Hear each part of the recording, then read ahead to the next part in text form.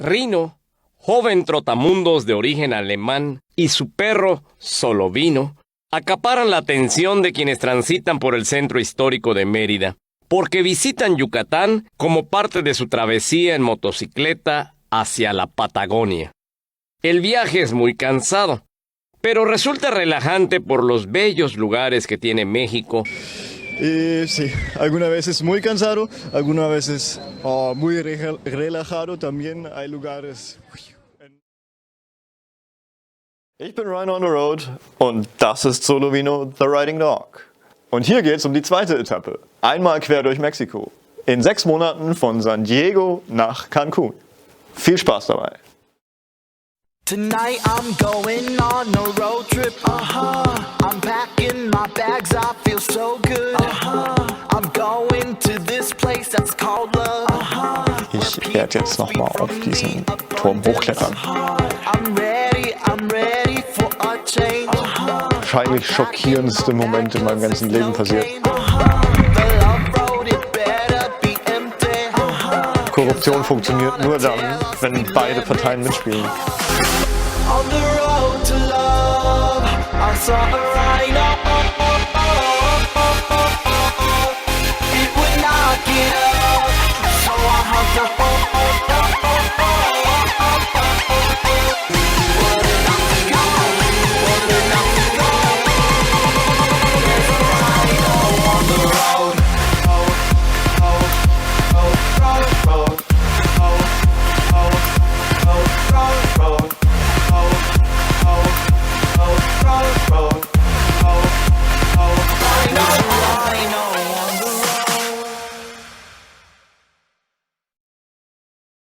Die Idee der Reise hat tatsächlich schon in der Schule gestartet, konkret im Geografieunterricht, wo ich über die verschiedenen Wetterzonen gelernt habe.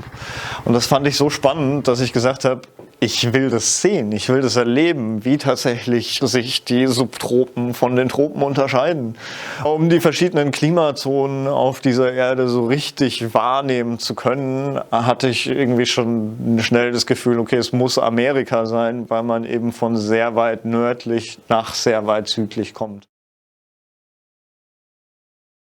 Ja, die zweite Etappe startete, nachdem ich mich in einer Uni eingeschrieben hatte.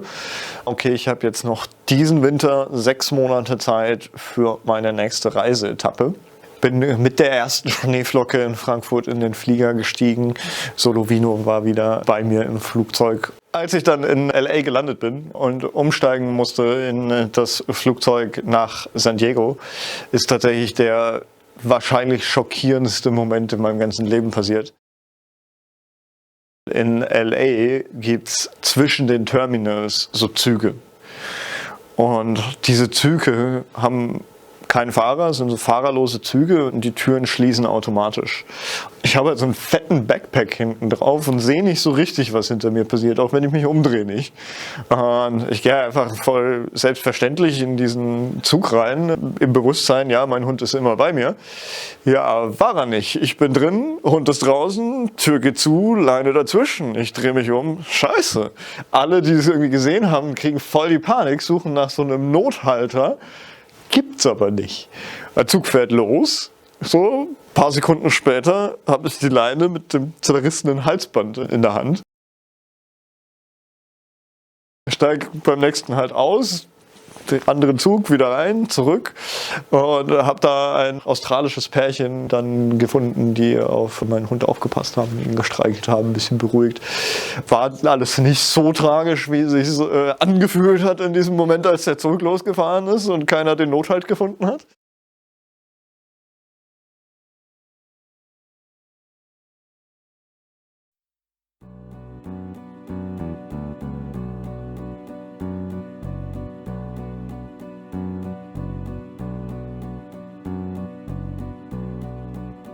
In San Diego wurde ich dann am Flughafen abgeholt von der Familie, bei der ich auch das Motorrad stehen habe lassen. Witziges war, dass als Vino nach einem halben Jahr das Motorrad wieder gesehen hat, er sich erstmal total gefreut hat und dann irgendwie 3 Tage nicht von diesem Motorrad weggewichen ist. Also sobald ich es auch nur angemacht habe, war er direkt da und wollte auf jeden Fall mit. Von San Diego hatte ich dann echt irgendwie mit mir gehadert, weil ich in Baja California schon auch echt herzige Menschen kennengelernt habe, wo es dann schon schwierig war zu sagen, okay, ich bin jetzt so nah dran und ich nehme aber trotzdem eine andere Route. Hatte mir aber halt einfach vorher schon fest vorgenommen, ich will übers Festland durchreisen.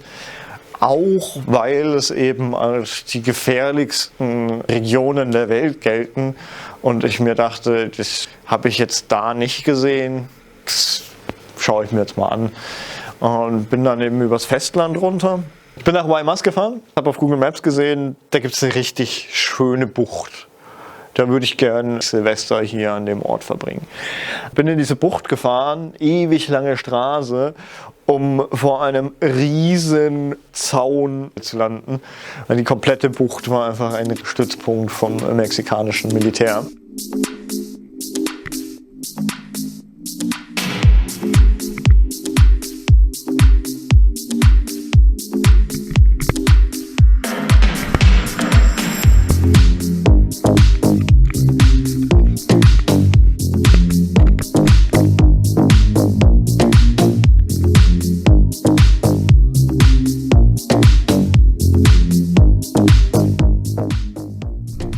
Der nette Offizier verwies mich dann an einen Berg, auf dem eine Antenne steht. Und dann habe ich da so hingeschaut und mir gedacht, oh ja, das könnte auch eine schöne Nacht werden. Zwar ein bisschen frisch, vielleicht windig, aber das schauen wir mal an.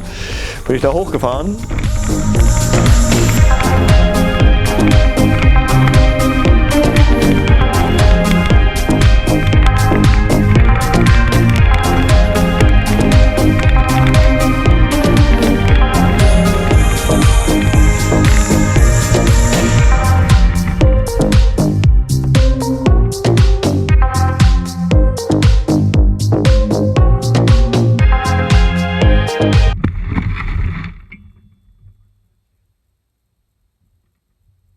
Erstmal eine riesen Serpentinenstraße, hat es mich auf dem Weg Richtung Antenne schon zweimal umgeschmissen, musste ich das Motorrad wieder aufheben.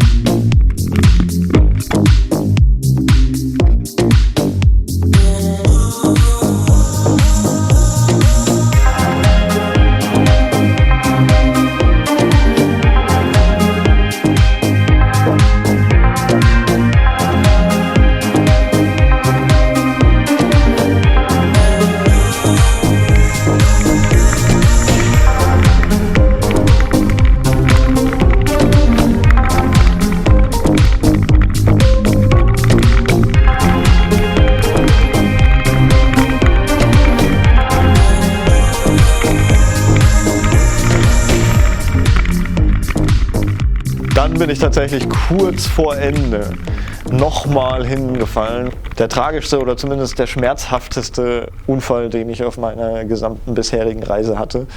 Es war so, dass es ein Stein unter meinem Hinterreifen war und ich extra Gas geben musste, um über diesen Stein drüber zu kommen. Jeder, der Motorrad fährt, kennt das Gefühl. Wenn man dann Gas gibt und das Motorrad, der Hinterreifen kurz keinen Grip hat, und dann aber Grip kriegt, rutscht man nach hinten. Und ich habe durch dieses nach hinten rutschen halt gleichzeitig nochmal mehr am Gashahn gezogen. Und das war zu viel. Es ist rausgequollenes Blut. Ich wusste erstmal gar nicht, was ich tun soll, weil ja, da war halt erstmal niemand. Ich habe dann das Motorrad wieder aufgestellt, bin noch 10 Meter weitergefahren, da konnte ich das Motorrad irgendwie so ein bisschen hinstellen. Und da habe ich gemerkt, okay, da kommt eine riesen Wandertruppe. Und dann war da auch eine Frau, die mir irgendwie alle ihre Taschentücher gegeben hat, mich ein bisschen verarztet hat und meinte, ja, wenn du es wieder runterschaffst, hier ist meine Telefonnummer, ruf mich an, kannst dich bei uns auskurieren.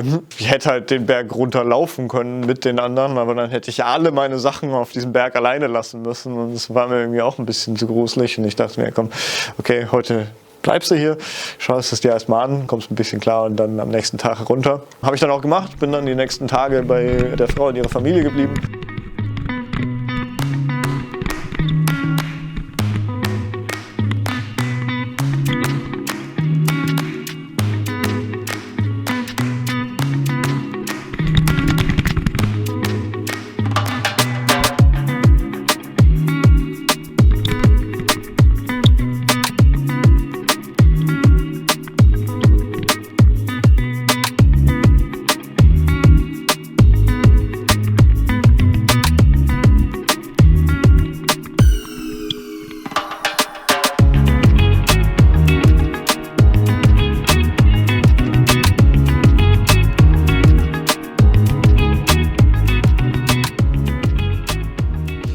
Grundsätzlich einfach so einen weiten Blick zu haben. Besonders aber, wenn es Feuerwerk zu sehen gibt. Und für Silvester habe ich mir eben gedacht, komm, ich werde jetzt nochmal auf diesen Turm hochklettern. Bin den Weg wieder hochgefahren, diesmal ohne Anhänger, ohne Hund. Den Hund hatte ich bei der Familie gelassen. Und dann auf diesen 70 Meter hohen Funkmast hochgeklettert. War durchaus ein bisschen gruselig, weil so nach 30 Metern hat es echt angefangen im Wind einfach zu wackeln, dieser Turm. Und das ist dann schon ein komisches Gefühl, wenn man so runterschaut und sieht, oh, es wird immer wackeliger. Habe dann aber durchgezogen und oben hingelegt und ja, das Feuerwerk versucht zu genießen, um dann am Ende festzustellen, ich bin viel zu weit oben, um irgendwas von dem Feuerwerk wirklich mitzukriegen. Es war hier ein Lichtblitz, hier ein Lichtblitz, ihr seht selbst.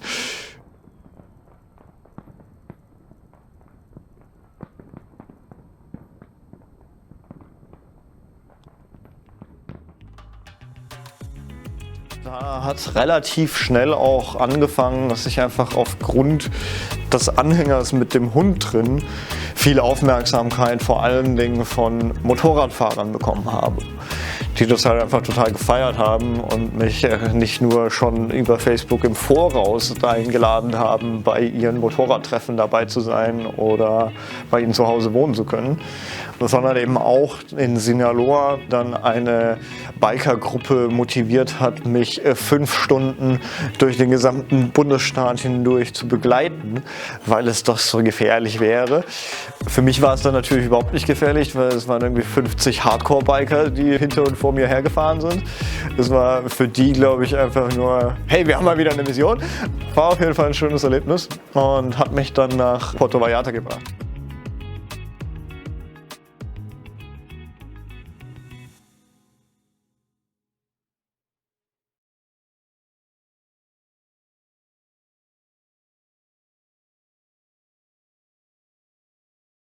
Puerto Vallarta ist so eine relativ kleine Bucht mit wunderschönen Stränden und Spots zum Tauchen.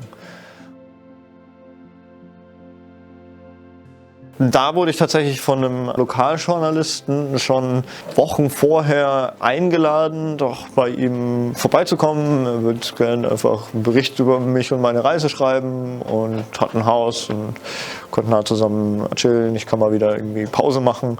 War dann auch 2 Wochen dort und habe meinen Tauchschein gemacht.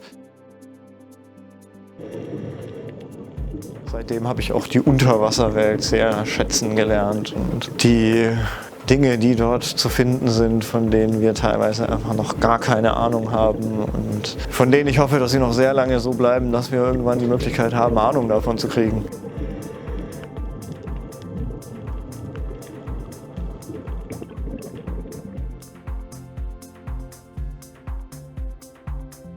Weil in Puerto Vallarta meine Hinterfeder gebrochen ist, weil Hund, Anhänger, Gepäck einfach viel zu schwer für diese Feder.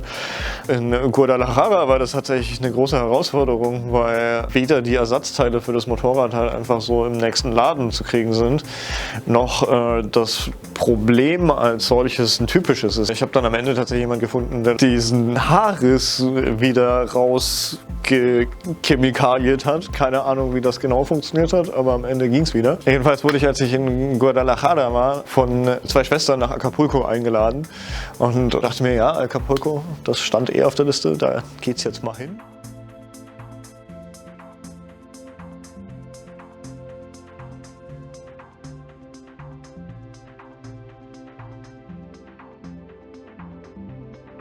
War erstmal total irritiert, weil da stehen riesengroße Hotelkomplexe, die aussehen wie nicht zu Ende gebaut.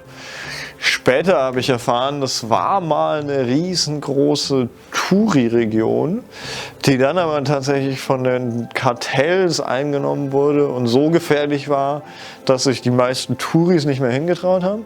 Und dann kam ein großer Hurricane und hat halt die komplette Küstenfront zerstört. In Acapulco wurde ich tatsächlich nicht das erste Mal, aber mal wieder von der Polizei rausgezogen, weil ich keinen Helm auf hatte. Helme sind sinnvoll beim Motorradfahren. Trotzdem dachte ich mir, ja, ich gebe den Helm lieber der Frau, für die ich irgendwie die Verantwortung als Fahrer habe, als ihn mir selbst aufzusetzen und sie ohne Helm rumfahren zu lassen.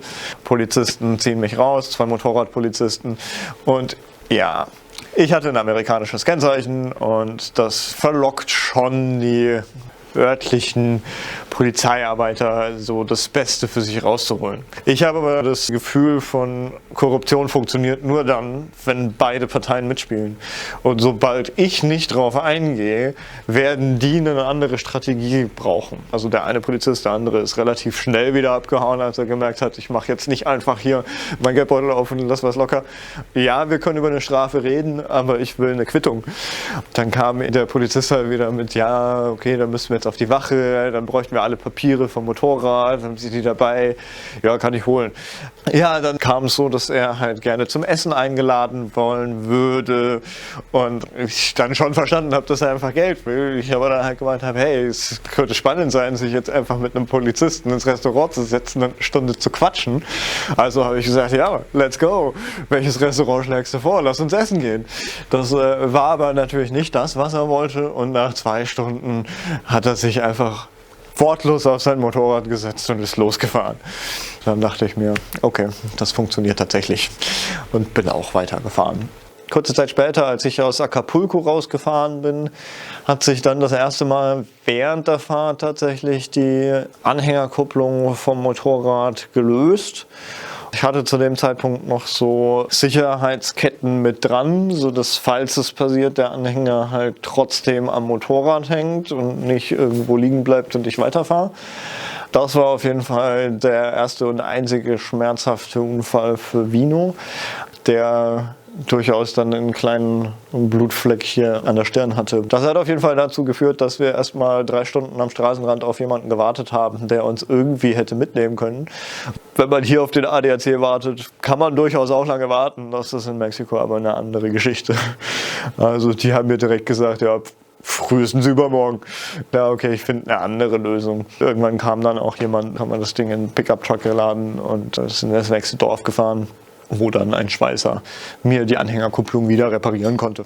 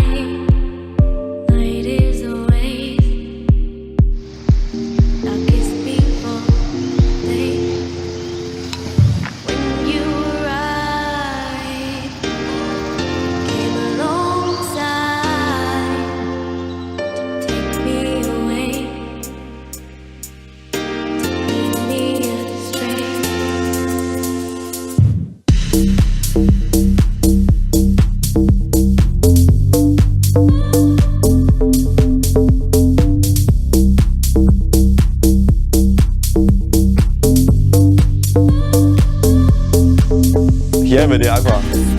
Das sind so natürlich entstandene Pools auf 2000 Meter Höhe.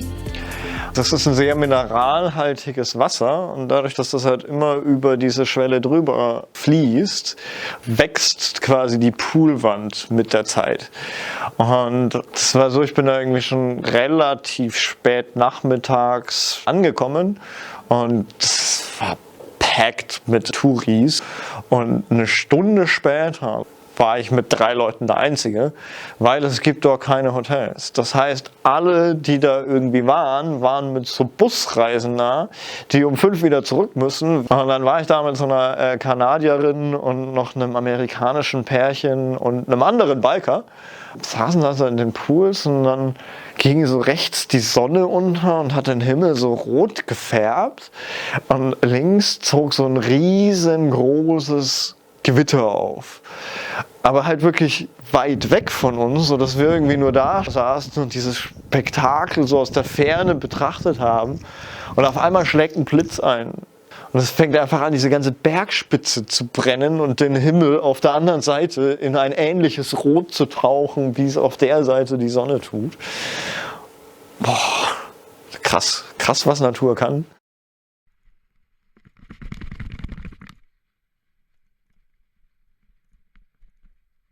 Hey tú, si lo viste hasta aquí y te gusta, déjame en los comentarios cuál idioma quieres escuchar en los próximos videos.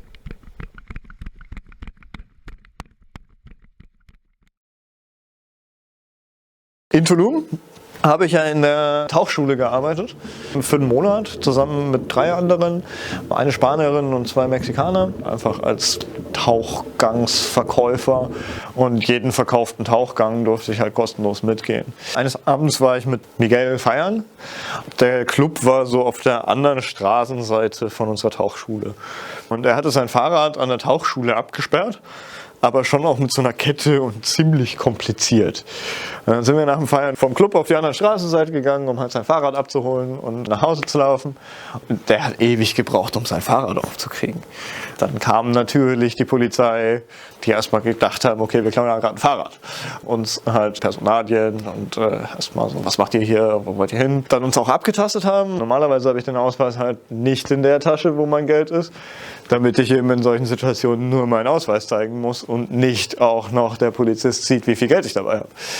In dem Fall aber, weil ich feiern war, habe ich den halt mit drin gehabt und musste diese Tasche auspacken und habe nicht ganz drauf geachtet, als der Kollege Polizist diese Tasche kontrolliert hat. Und erst festgestellt, als er fertig war, dass er mir einfach 500 Pesos rausgenommen hat. Und 500 Pesos, das sind so 20 Euro. Jetzt nicht die Welt, aber trotzdem einfach auch nicht cool. Dann habe ich erstmal so abgecheckt, was das jetzt so für Bullen sind und mir dann gedacht, nee, das lasse ich jetzt nicht mit mir machen. Und angefangen zu diskutieren, direkt den Vorgesetzten visiert so, jo, dein Kollege hat mir gerade Geld geklaut. Und der so, hey, wie, nein, das kann ja gar nicht passieren und schau doch mal nach und bist du dir sicher? Und ja, doch, da war Geld drin, so 500 Pesos. Ja, und was machen wir jetzt? Naja, ich krieg mein Geld wieder so. Und so ging es dann ein bisschen hin und her. Dann hat der andere, der mich erst kontrolliert hat, nochmal meinen Geldbeutel angeschaut und dann nochmal gefragt so, ja hä, schau doch mal nach. Habe ich nochmal reingeschaut, war mein Geld plötzlich wieder drin. Da dachte ich mir so, ja okay, man muss es einfach nur probieren. In Tulum habe ich die Zeit verbracht, bis mein Flug aus Cancun dann Richtung Studium ging.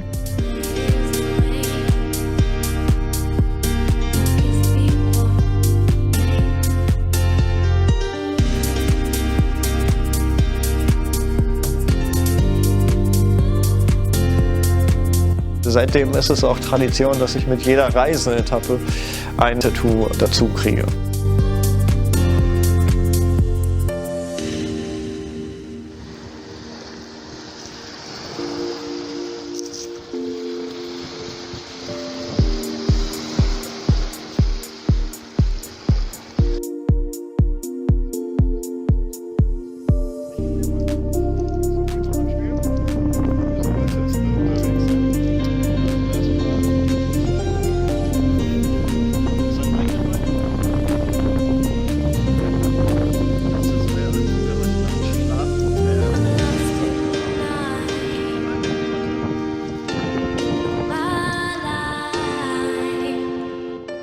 Und dann ging es zurück. Hey, hat's dir gefallen? Dann lass gerne ein Like da, das hilft mir tatsächlich sehr viel. Und wenn du in Zukunft nichts verpassen willst, abonnieren.